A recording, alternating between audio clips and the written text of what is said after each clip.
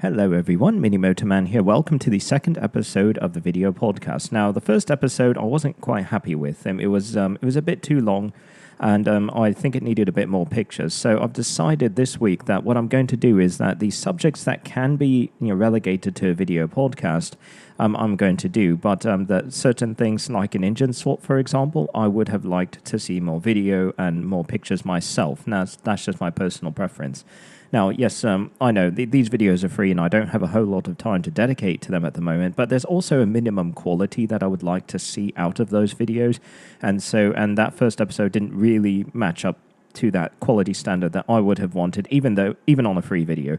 So I'm going to leave it up because there is information that is useful, but keep in mind I've decided I will do some videos where I think it is necessary, and when I can dedicate to it, the time to it, I will do so. But for today's episode, what I'm going to do is I'm going to do a shorter podcast, and I'm also going to be, and of course, engine oil. This is something that we can talk about, and you will get the necessary information. And it's not, yes, a few pictures maybe, but that's about it. Most of the information can be conveyed by spoken words, so I'm going to be doing just that.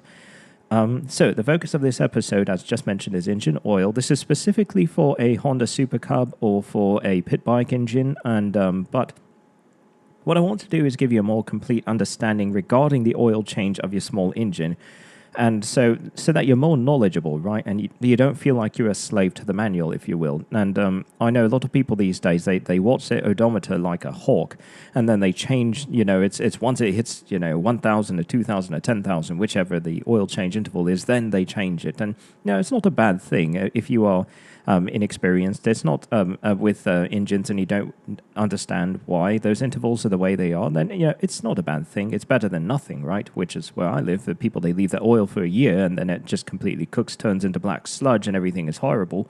But there's a better way of doing things, and so I want to explain the reason behind the oil change intervals, and I want to explain touch on some more details to give you more information.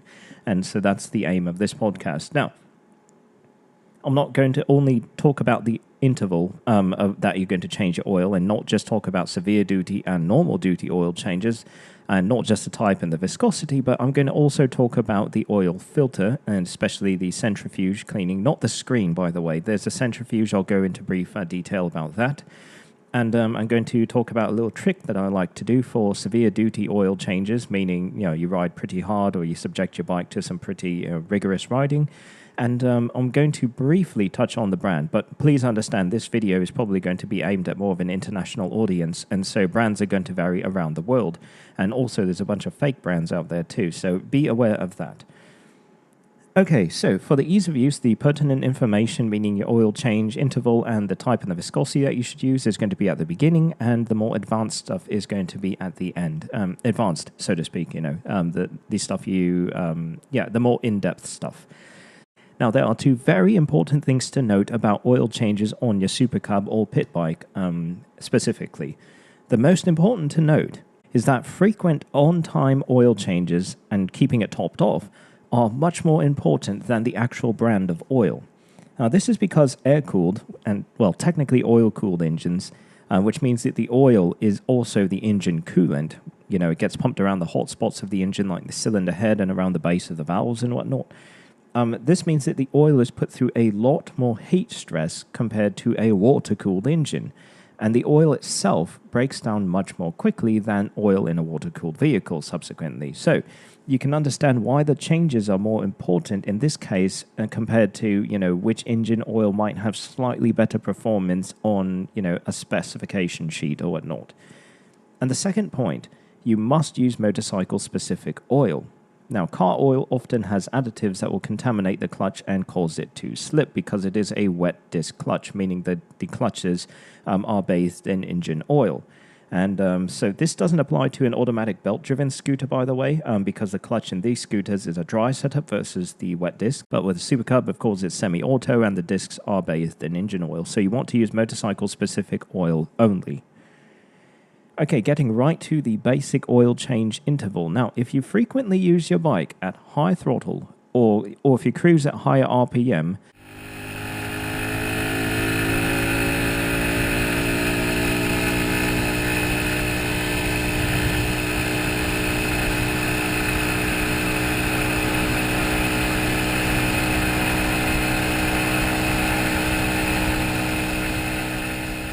I recommend the severe duty oil change interval, which is not specified in a Honda manual, by the way, and this interval is roughly 600 miles. Yes, 600 miles or 1,000 kilometers.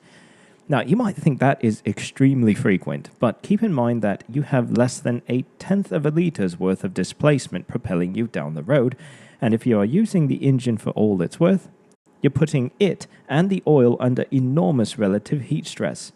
It's like how race cars frequently change their oil because the oil is at very high temperatures and tends to break down much faster because of this. Now, I've personally not seen the need for more frequent changes than this, even in 35-degree heat where I live, and being flat out for hours on end, but that's on a stock engine.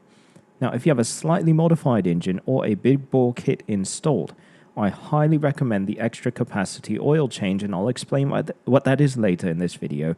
But for now, just keep in mind that for severe duty, use the 600-mile oil change interval, which is about 1,000 kilometers, and that's if you're at high throttle or you're cruising, like 35, 45 miles an hour for most of the time, or if it is very hot outside, like 30 to 35 degrees C consistently, okay? But if you frequently use your bike at low to medium throttle, more like this, and have a look here.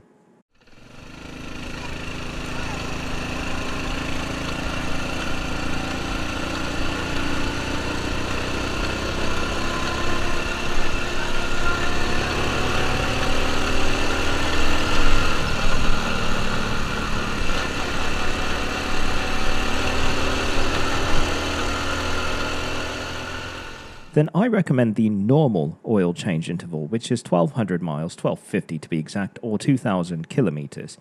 But keep in mind, overchanging your oil won't hurt the engine, and the capacity is only a touch over half a liter.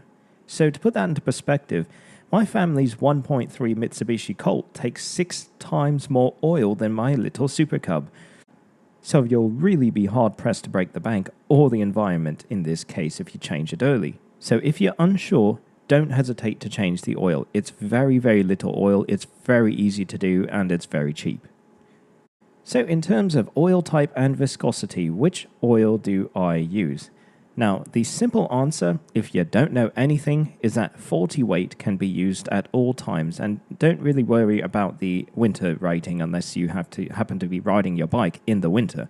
The most important is actually the number on the right, the weight of the oil at operating temperature. So now I personally just use a straight 40 weight oil because it's warm where I live.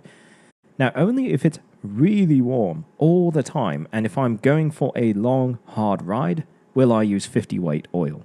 So for example, 35 degrees C, long distance, high speed cruising, hours on end, then I'll use 50 weight. But in every other case, I will use 40 weight. Now, 30 weight does work well only if the weather is around 20 to 25 degrees C at most. Now, personally, I've used 30 weight before, and even on a cool day where I live, say like 30 degrees, my engine started to sound a bit clacky if I'm honest. And keep in mind, the engine oil is also the transmission oil. It's a bit like the classic Mini.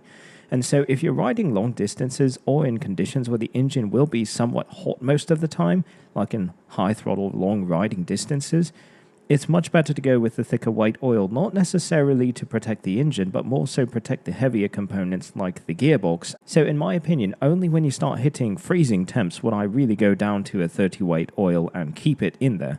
But the Honda manual does state that you can use 40 weight up from freezing as well, so that's why I run 40 weight with basically all my engines all the time. Now, talking about the oil filter.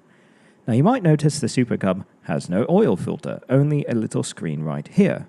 Or is that really the case? Actually, the Super Cub, and any motorcycle with this type of engine, indeed does have an oil filter, and it's not the cartridge style filter you might be expecting. It is a centrifuge filter like this. Centrifuge filters work by centrifugal force. The idea is that you spin the liquid you want to filter very quickly, and the particles are slung to the outer edges of the housing while the fluid is then pumped onward.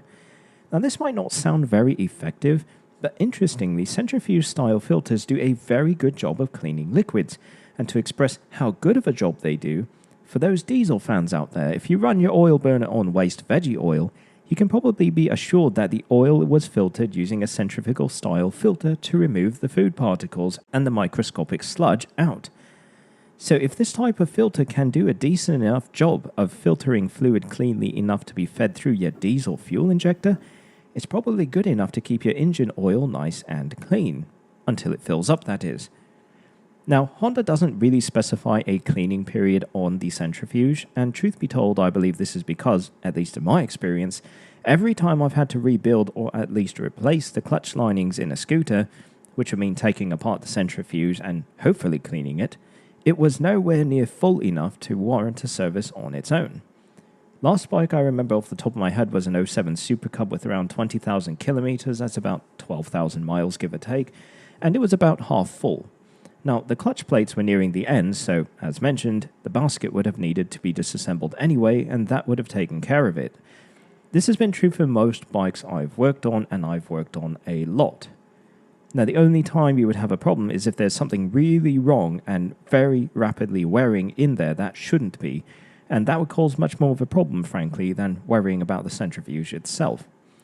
But if you want to clean things on your own, however, which is the case with me because I like overdoing things, a once-a-year cleaning at the end of your riding season is more than plenty to keep your filter clean enough throughout the life cycle of your engine. I'm super picky, however, so I typically pop the clutch cover off a few times a year just because I can and I love working on machines, but it's absolutely not necessary.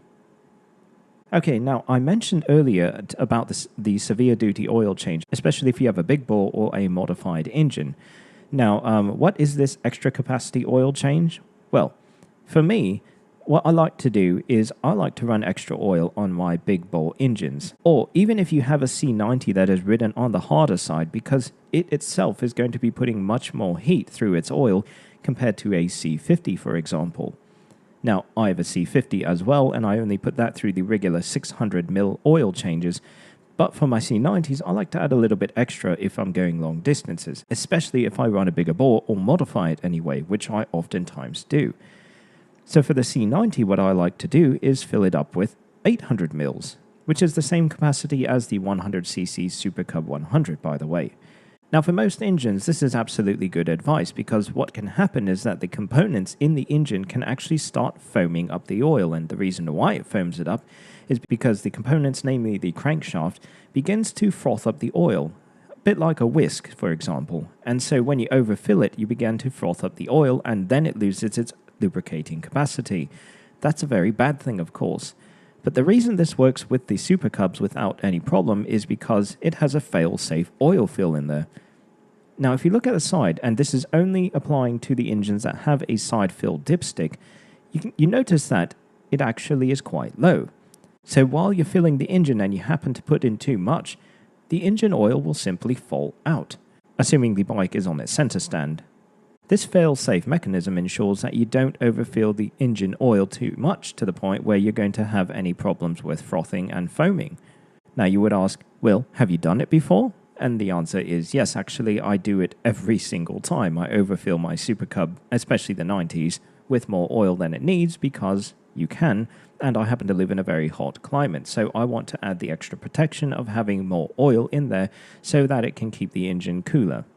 Now, I also like to put in a higher capacity oil pump as well. Now, I found that it's absolutely not necessary, though. I found that the stock oil pump is more than adequate to keep the C90 cool enough, so long as you keep extra oil in there and you don't ride it too hard in very, very hot weather. And just for your information, I have actually seen engines been filled up with a litre before without issue too, especially those who like to go racing. So if you're worried about overfilling your engine, at worst, what can happen is, if your bike is on the center stand, you fill it up, and then it starts leaking out the dipstick, and you have a mess on the ground. That's it. Okay, and briefly touching upon name brands. Now, honestly, I have not seen that much of a difference running bog standard straight oil compared to very high quality multi-weight oil. Now, I've used cheaper oils in my farm bikes, and as long as they get their frequent oil changes, and they are topped off, they've been absolutely fine. It's really only been with high-spec bikes like fuel-injected and water-cooled tighter tolerance engines that I've gone with better oils, and that might all be in my head as well, so I couldn't tell you for sure. I don't have any scientific data on this. What I can tell you, though, is that all of my bikes As long as they've received good, clean oil and have had their oil changed frequently and have been topped off when necessary, I have had very good success with their reliability and with wear.